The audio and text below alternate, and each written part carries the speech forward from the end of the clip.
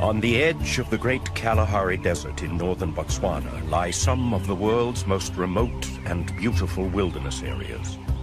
Places like the Chobe and Moremi National Parks, where short summers are wet and productive, but winters are long, dry, and brutal. The summer is ending now, and the days begin to shorten as the dry season approaches.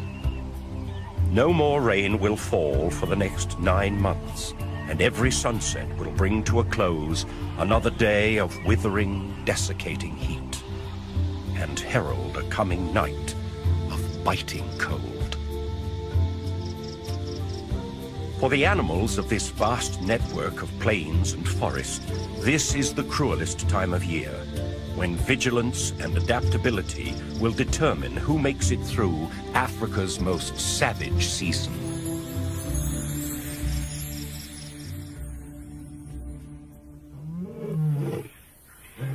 Every day is served up as a test of resilience for each different animal, as waterholes dry up and food becomes more and more scarce. Only the toughest individuals of the most resilient species will make it to the other side of this harsh test. Most animals will move away to seek sustenance and water near the mighty rivers of the north. Zebra and buffalo begin to leave as resources dwindle and the hot breath of the dry season begins to wither all before it.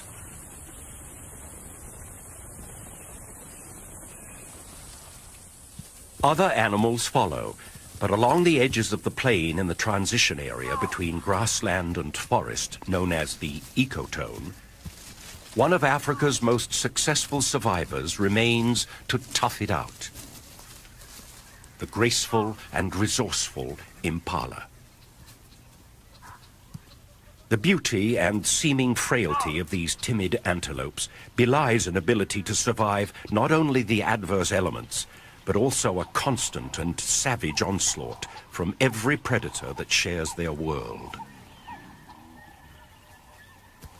In March, at the beginning of the dry season, the impala population is gathered in mixed herds, and the shorter day length sets off a switch in the hormonal activity of the males.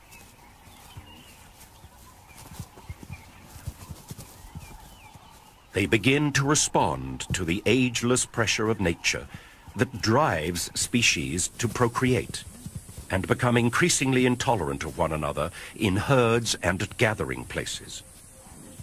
Aggression is on the increase, and behaviors such as ground horning indicate a readiness among the mature males to do battle with each other over territories and females.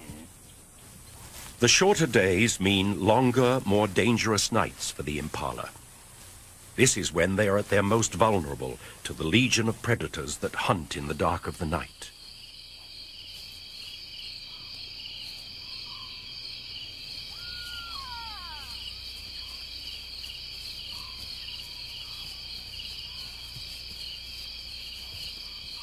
But as the moon becomes full early in the year, it triggers another passage of savagery in the tension-filled life of the impala herd. The yearly ritual known as the rut. The rut is the annual competition for territory and mating rights among the prime males in the population.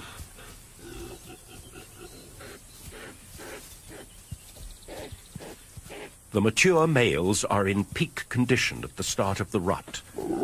Hormonal activity has strengthened neck muscles and thickened skin for protection against horn wounds when fighting.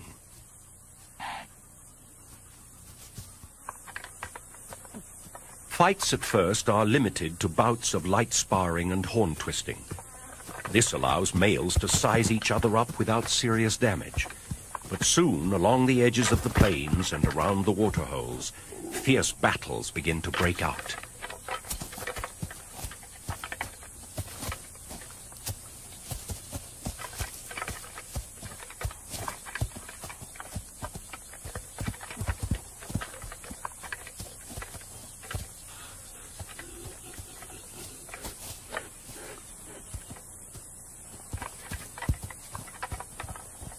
These are normally quickly settled, and the vanquished male surrenders as gracefully as possible. But sometimes the safety line of ritualized combat is crossed, and injury results.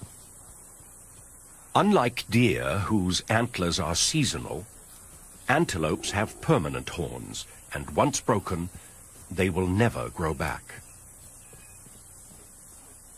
Males who lose a horn at best will never have an opportunity of breeding, but often this spells a worse fate. Horns broken off at the base can cause an infection in the soft tissue of the head, and a slow and painful demise usually results.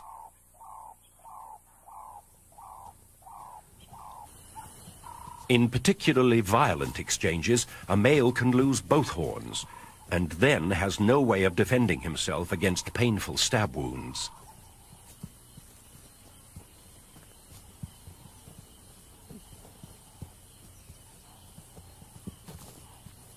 Sometimes, even both horns cannot protect the unwary combatant from a cruel twist of fate.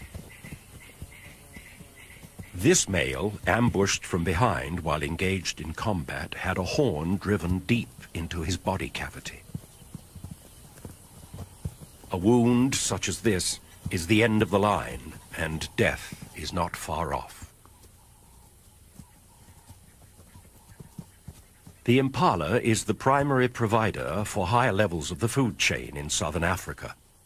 The intact carcass of the wounded male provides an opportunity for scavengers to feast, rather than pick at the leftovers of other predators.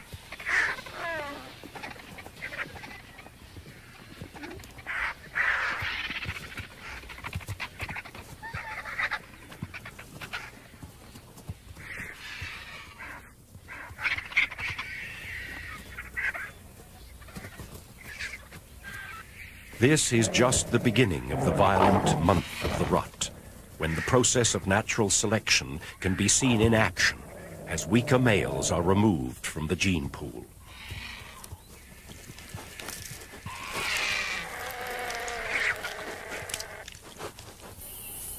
For the surviving rams, the serious business of breeding goes on. Once a hierarchy has been established, the most dominant male stakes out the prime territory and begins to display ownership. He patrols his boundaries at a steady, measured gait, walking in a tall, proud posture, rather like a gunfighter of old.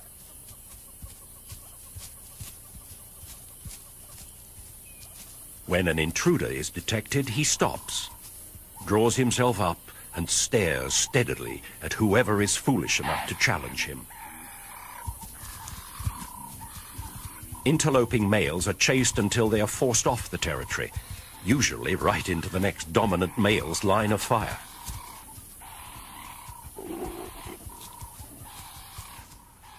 The rams at the top of the hierarchy hold sway over the prime territories with the best resources, such as food and the right mixture of cover and open land.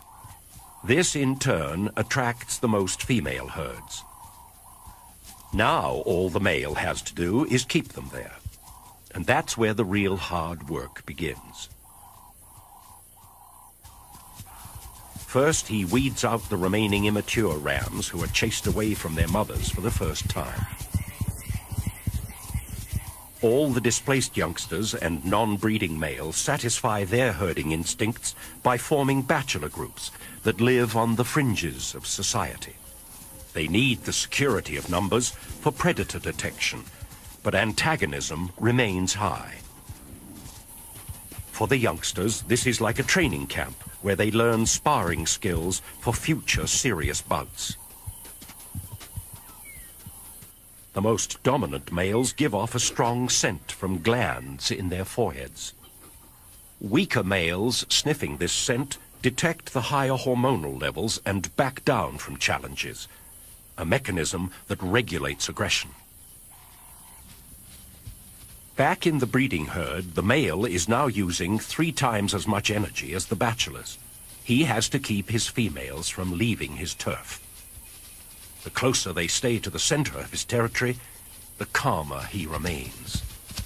But as soon as they wander too close to the border, they must be herded back. He chases down the most receptive females, and as a prelude to mating, indicates his intentions by ritualized behaviors such as following and tongue flicking.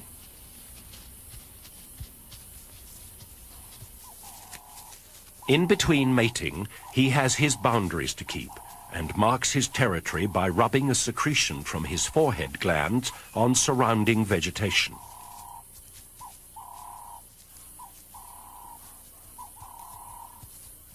Roaring with neck stretched low is also a territorial advertisement.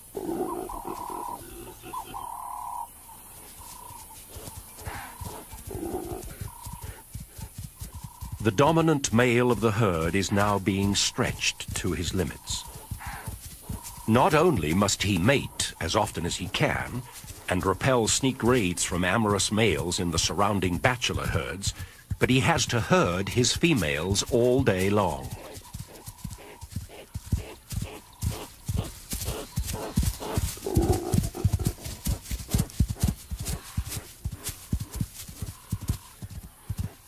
All of this activity begins to wear on the ram, and through the mating season, he can lose 30% of his body weight.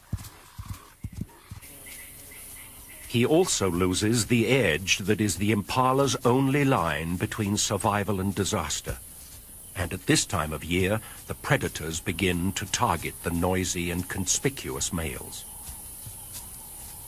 A female cheetah with almost full-grown cubs has part of her territory in the impala herd's area. Attracted by the sounds of the rutting rams, she moves towards the edge of the plains under the watchful eye of some giraffe.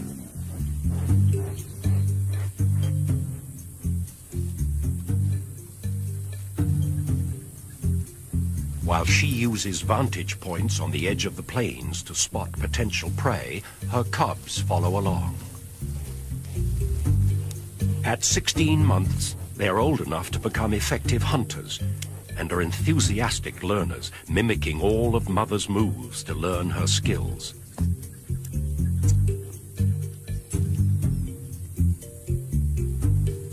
She uses a dead tree to detect the herd's position and quickly moves off to begin the stalk.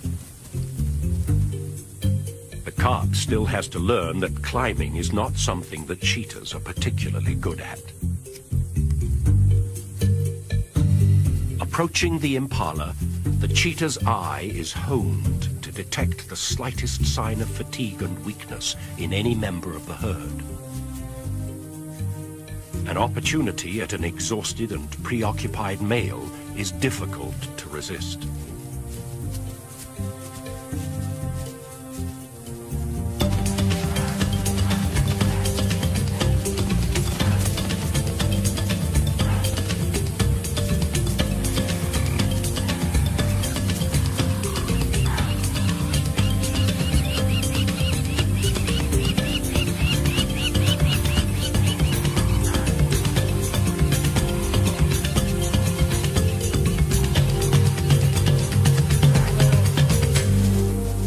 The swift strike of the cheetah catches the male totally by surprise.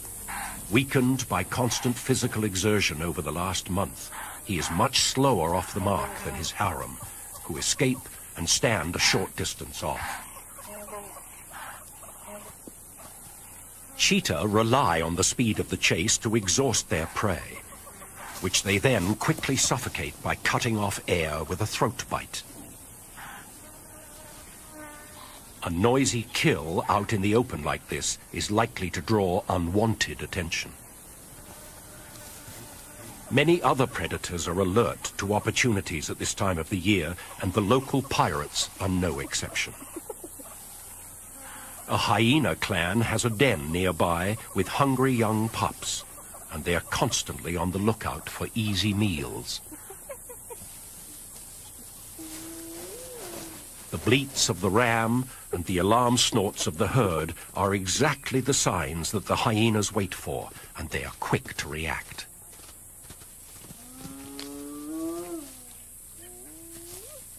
All three cheetah are no match for the brute strength of a hyena.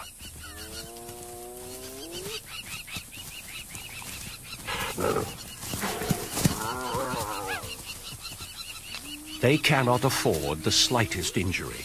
A mere broken toe would throw off their fine-tuning and affect hunting success.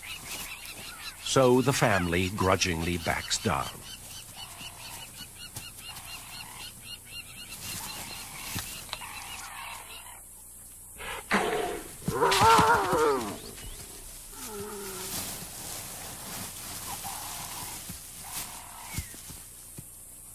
The cheetah move off to watch from a safe distance, as more hyenas begin arriving on the scene.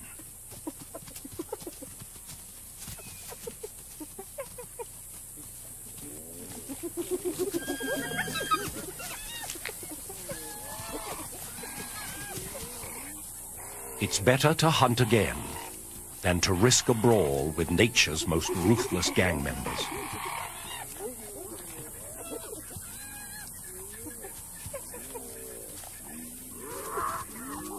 The cheetah's loss, however, is a necessary gain for the hyena clan. Back at a den away from the plains, 3 sets of pups await the arrival of their parents.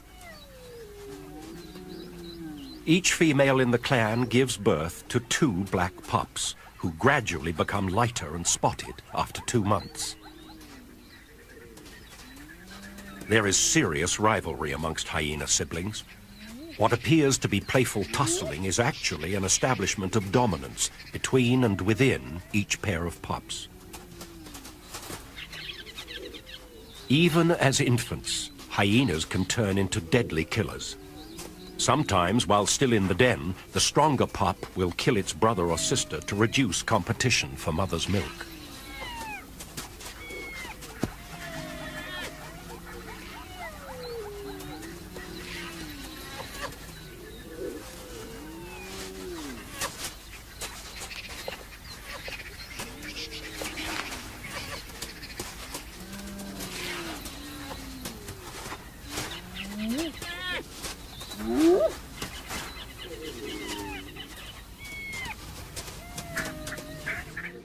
The dry season is now moving into its 3rd month, and things are getting tougher for the impala and many other species of the plains. Waterholes and rivers are drying up rapidly. The days are baking hot, and temperatures plummet at night. Winter is the beginning of an easy time for the predators, as animals slowly weaken from lack of nutrition. In the impala herds, the mating season is over, and most of the reproductive females are pregnant. Impalas have a gestation period of 7 months, but the females can extend this if the first rains are late. Unfortunately for them, this puts them under the most nutritional demand through the toughest time of the year. It's no longer the males who are under attack, but the pregnant females that are most vulnerable. And they now come under the closest scrutiny from predators. This lioness would normally not be stalking impala in the heat of the day, but because the females are pregnant and slower, her chances of catching one are good.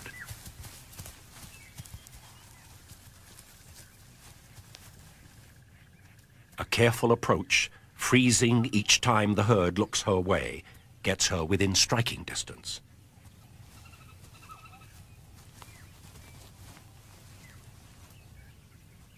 Within a few months, it would have been worth an attempt. But for now, the impala are probably still too fast, and she lets them go. One of the keys to the impala's success during the savage season is the ability to switch feeding habits. Most other antelope that share habitat with the impalas are specialized in only one form of foraging. The wildebeest, for example, feeds on grasses of a certain height and quality. During the dry months, when that kind of food is no longer available and water is scarce, they move in large numbers away from the degrading grasslands. kudu also come under feeding pressure in the dry season, although they can survive without having to migrate. They are specialized leaf eaters, or browsers, and feed on bushes and trees on the edge of the plains.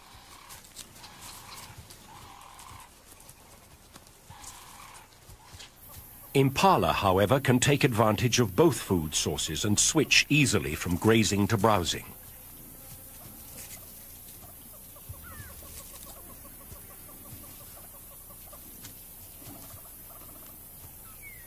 They have the ability to eat fallen leaves when outcompeted by other browsers, and can even resort to digging for underground chutes in dried-up waterholes. It is this flexibility of behavior and the ability to take advantage of every nutritional opportunity that makes the impala one of Africa's toughest competitors.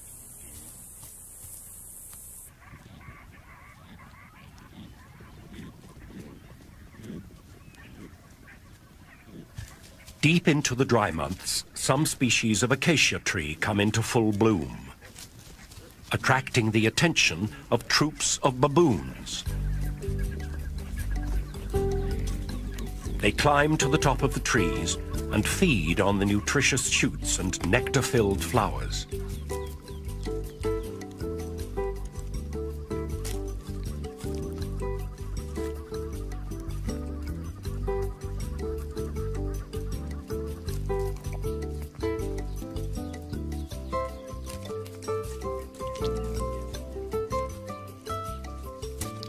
As the troop greedily picks at the blooms, they drop more than they eat. Impalas know this and once again are on hand to take advantage. They move in under the trees and help themselves to a great protein boost during this lean time.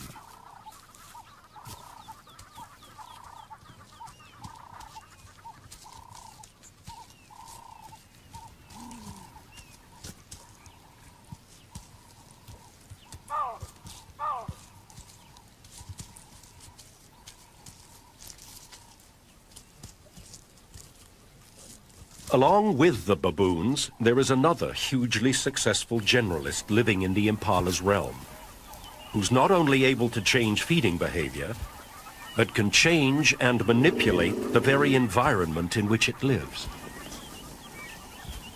Elephants feed along the ecotone during the dry months, reaching for the foliage they need to fuel their 6-ton bodies.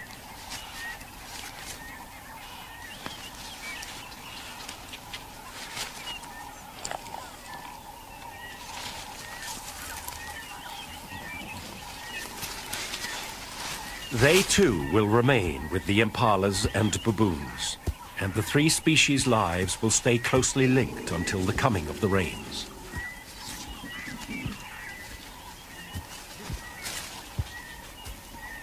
These giants have a fascinating method of harvesting a food source, directly available to no other species: the pods of the camelthorn tree, Acacia albida. With their great strength and size, they could easily tear limbs and pods from the tree or simply push the tree over.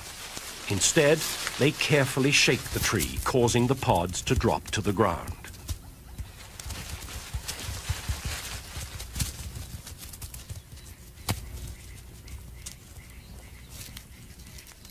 They then use that ultimate feeding tool, the trunk, to deftly gather the rich morsels in a delicate grasp and pop them into a cavernous mouth.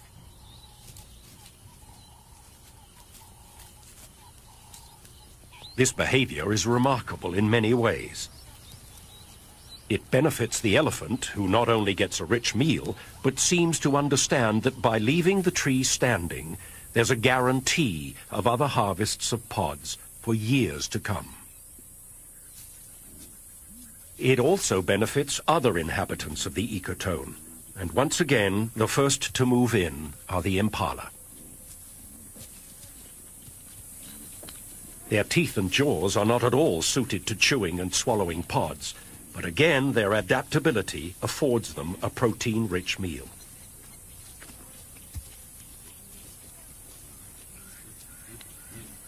Others also arrive to take part in the feast. The elephant and impala dislodge seeds, blooms, and insects in their feeding, and birds like red-billed quilias and tiny blue waxbills take advantage.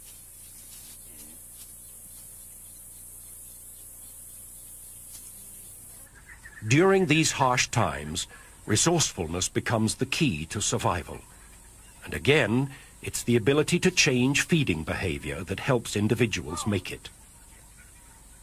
This is displayed by an experienced male baboon who's had to survive other harsh winters. It seems he's learned that the river, before it dries up completely, holds some underwater secrets.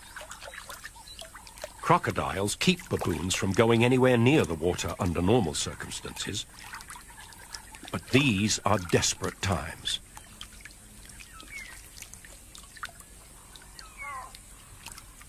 It's hard to understand how a behavior so foreign to this animal could have evolved.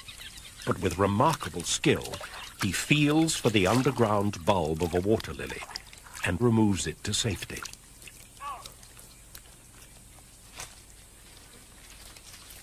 This truly amazing new behavior seems to leave the wise old fella totally unmoved. With great dexterity, he peels and eats the succulent shoots before tearing into the food-packed storage organ of the plant.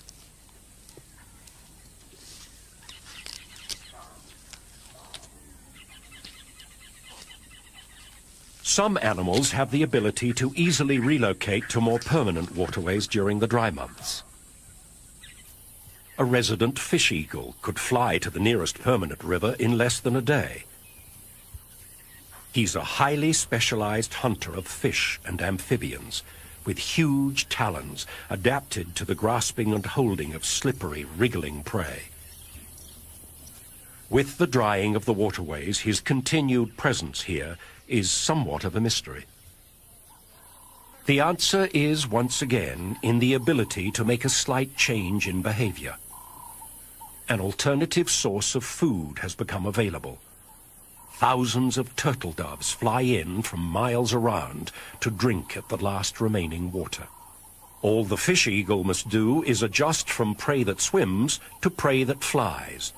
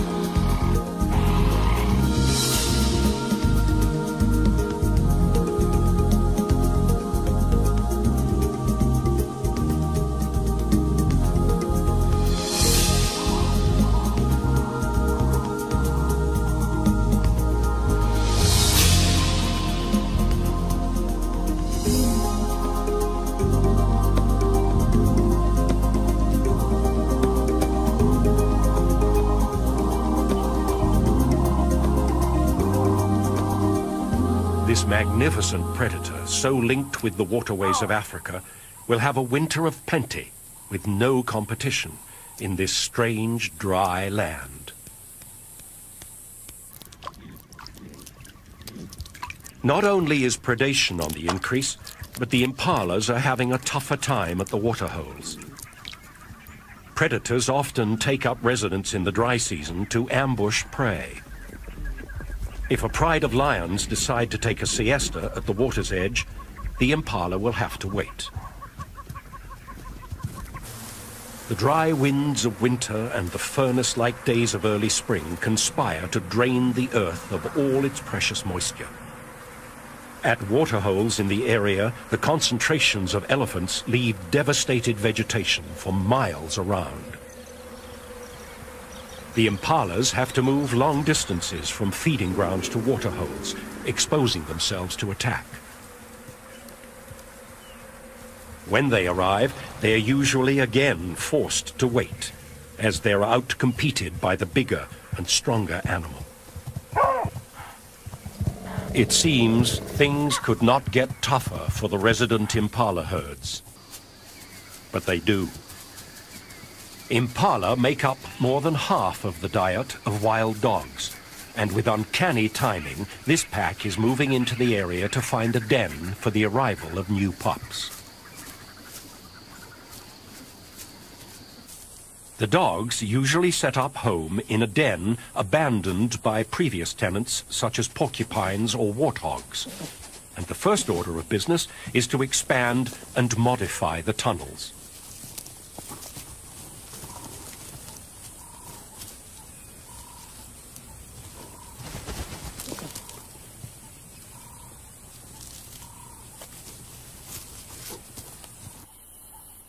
Once the breeding female has given birth to the pups underground, the pack is anchored to the area for at least 3 weeks.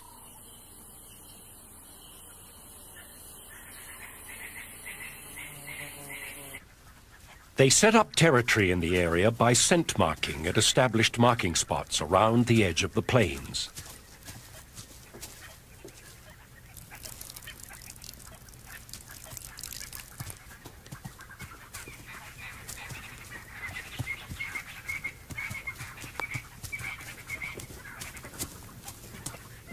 Although they hunt primarily in daylight, they often set off to hunt before dawn, and while they're in the area, they work mostly along the ecotone in the territory of the impala. This is Africa's most efficient social predator. Once they have selected a target and stalked close enough, they seldom miss their intended quarry.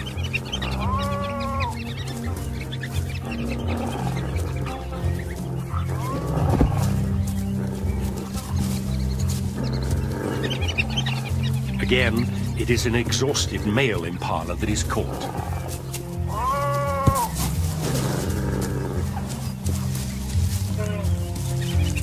With a method of killing that appears cruel, dogs are much maligned as vicious, unfeeling brutes. But they kill quickly and share the spoils evenly among themselves.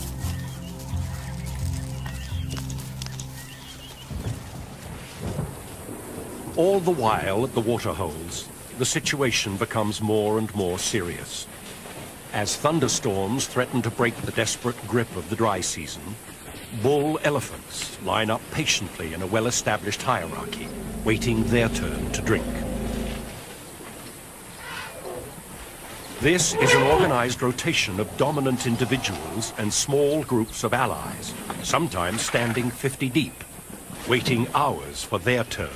The meager, muddy pools.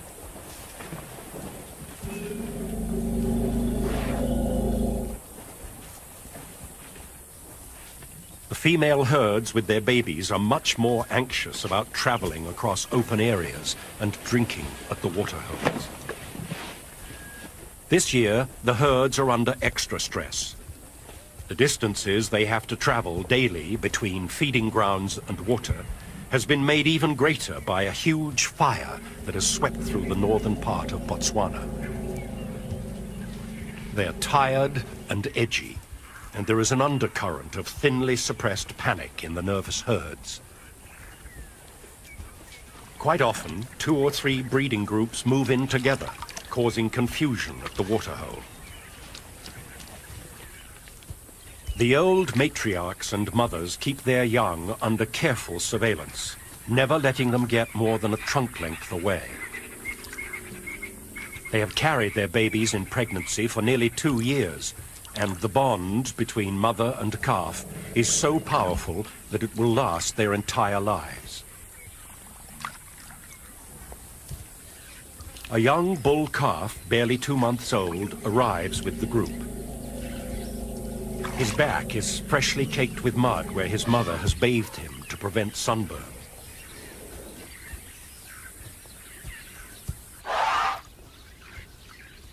The herd spends time enjoying a drink and a splash before setting off again in the late afternoon.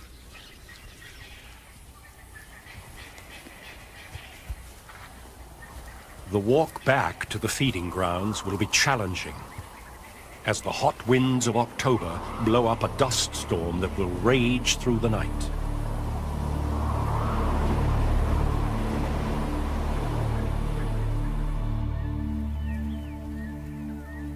Early the next morning, it appears something has gone terribly wrong in the night. The young calf with the muddy back has somehow become separated from his herd in the dust and darkness, and now he finds himself utterly and desperately alone.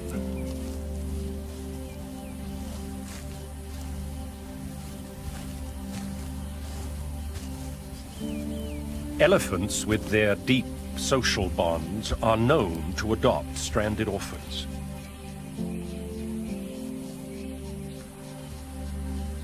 If he can attach himself to other elephants or find his own herd very soon, he stands a good chance of survival. The little calf is as helpless and confused as a human infant would be without his mother. It's obvious that he can smell her and the herd in their dung surrounding the pools, and he spends time sniffing at the familiar, comforting smells.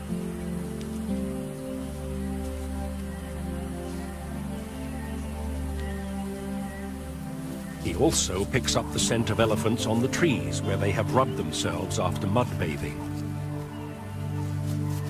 In his confused and panicked state, he leans up against the tree as if it were his mother's leg, trying vainly to draw some comforting, reassuring gesture from an unyielding, inanimate object.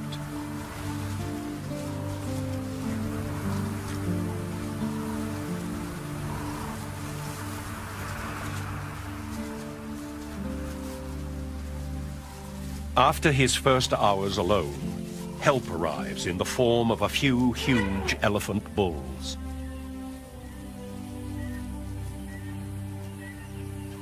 His desperation for contact is obvious as he approaches the adults to greet them.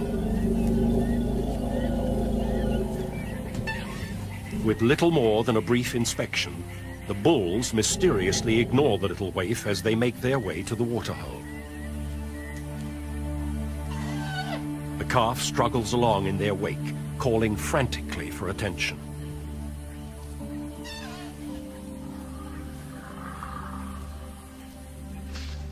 The calf is still totally dependent on milk. He can't even drink water for himself, and as the temperature steadily rises into the hundreds, he becomes more and more thirsty.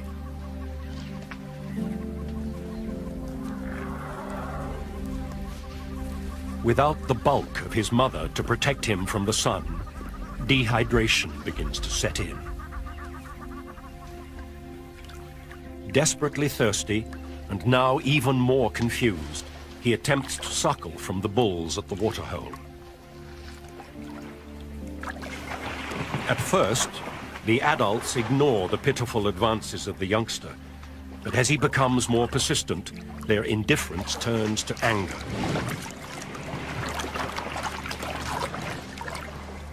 In the water, he is repeatedly kicked by one of the bulls.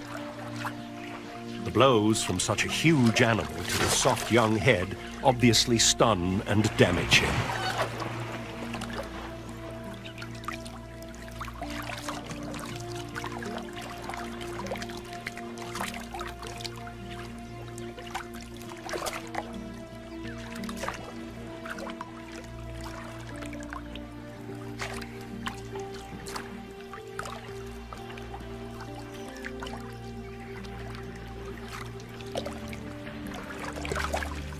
Even after such violent treatment, the urge to be close is too powerful, and he struggles after the adults.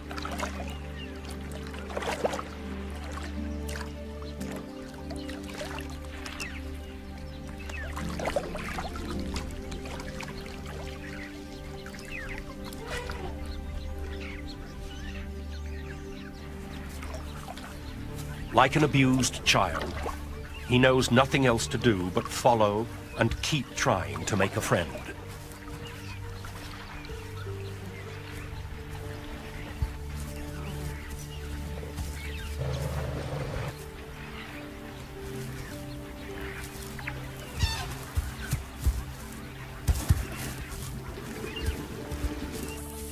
It's midday now and fiercely hot. The temperature in the sun is over 120 degrees, and the bulls have retreated to the sparse shade of some nearby trees. The orphan continues desperately to seek attention and comfort, but is continually rejected.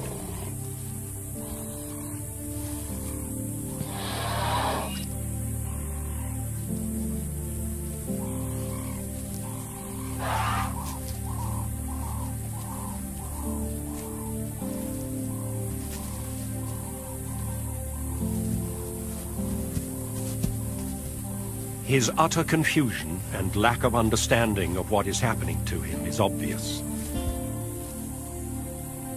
He spends the hottest part of the day dejectedly circling the herd in the baking sun.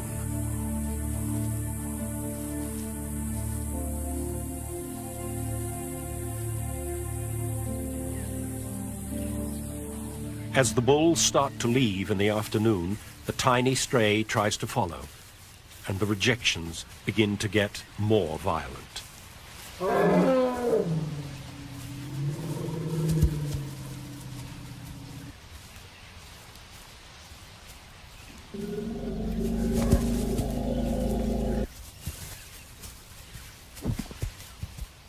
This aggressive behavior is highly unusual, considering the gentle and tender nature of elephant social life.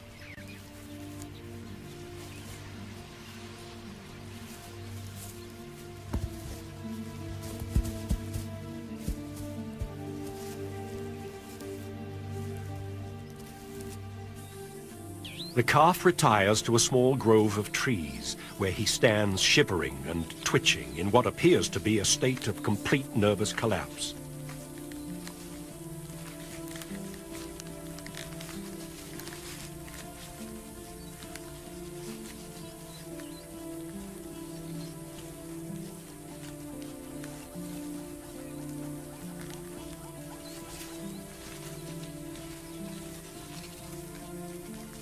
The resilience of this little beast, however, is remarkable, and his will to live drives him back out into the open.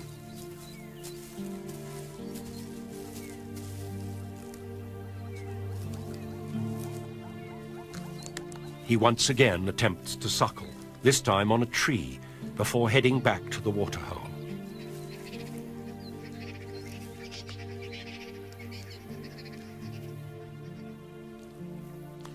Having collapsed at the edge, he barely manages to drag himself into the mud.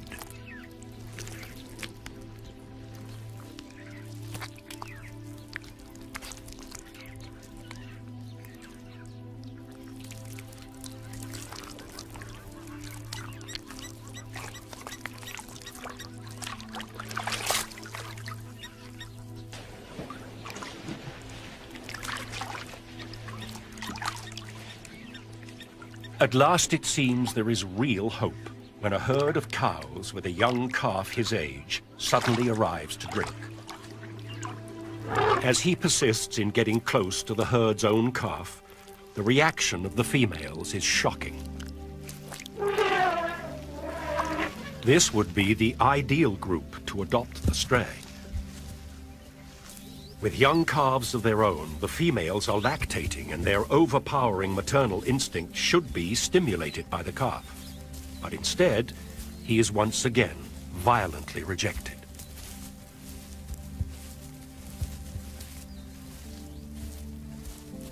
With remarkable tenacity, he keeps following. But now, the matriarch has had enough, and this time actually tries to kill the bewildered baby.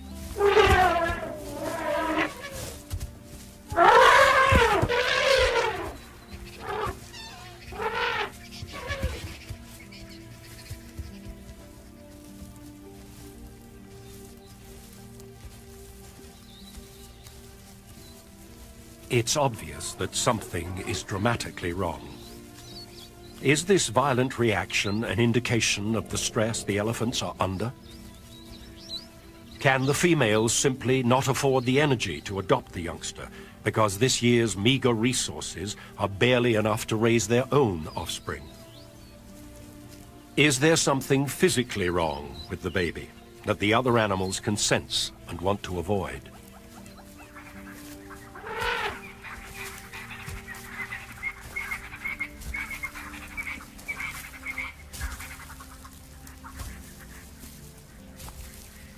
Whatever the answer, time is running out now.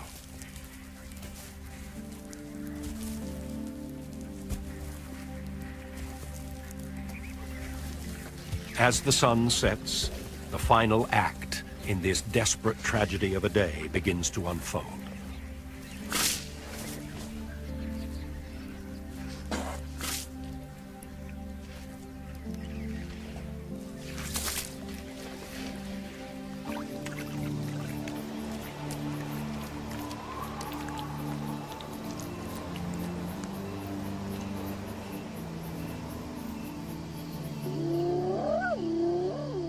Under the very eyes of bulls who would normally savagely defend a calf, the executioners of the night move in.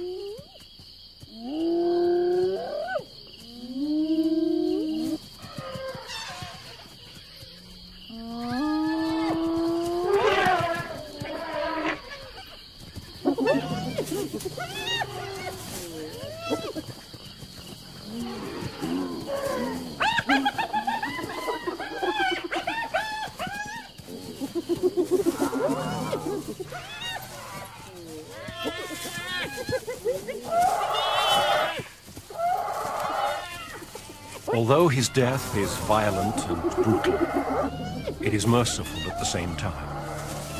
He will not have to endure another minute of the loneliness, bewilderment, and pain that was this terrible day.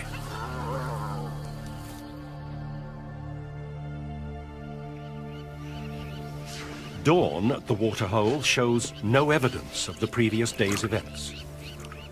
Life in Africa goes on with a ceaseless, uninterrupted rhythm.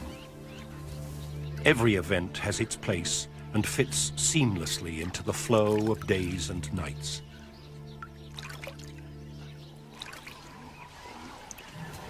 It's the beginning of November now.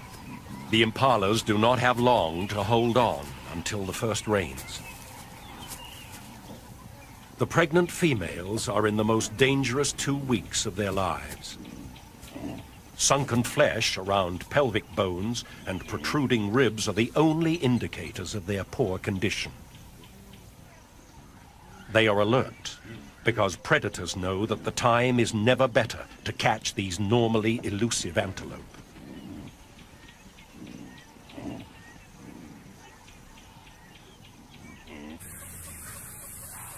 Still, the most dangerous time for them is the trip back to the plains.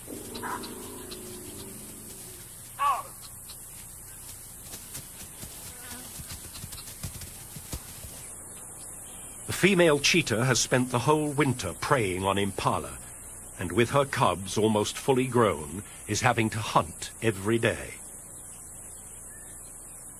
It is a good time to be a cheetah.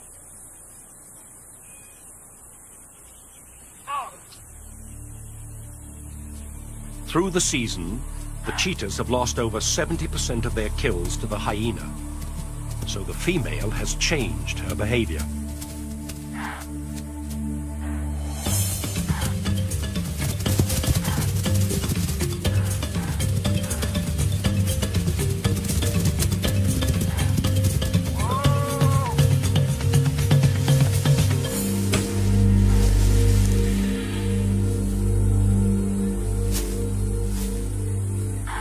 Few of her kills are far from cover now. Once she has caught this pregnant impala, she drags it, still alive, under some bushes.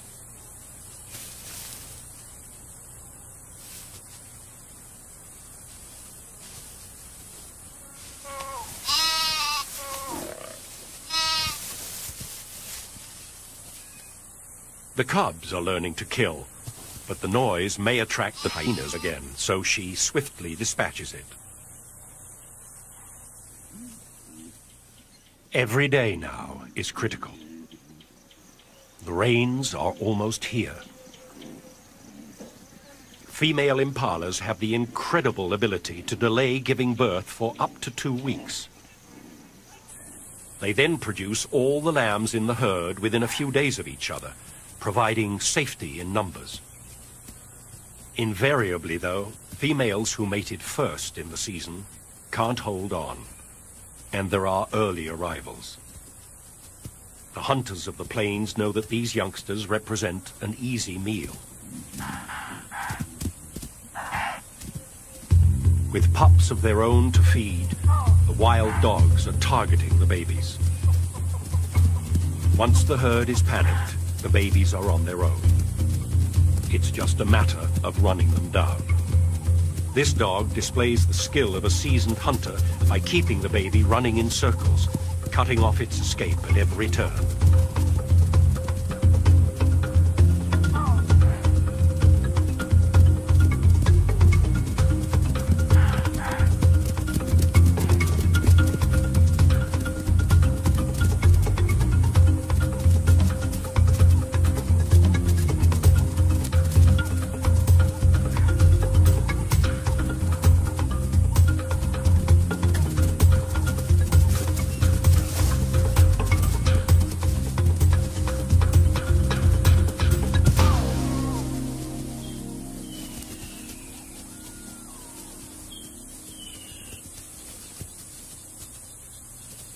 The pack will probably kill most of the early babies, but the herd is almost out of danger.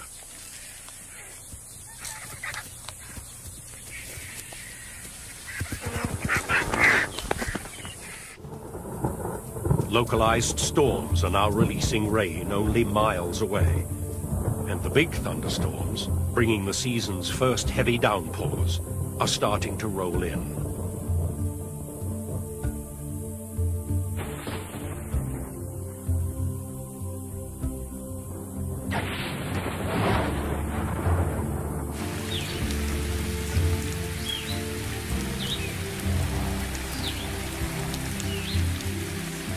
The rain very quickly brings a close to the seemingly incessant days of heat, dust, and death.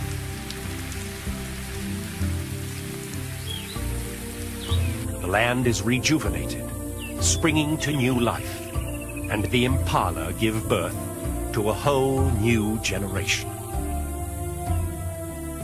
They will have 4 short months of plenty to build their strength before the beginning of the next savage season.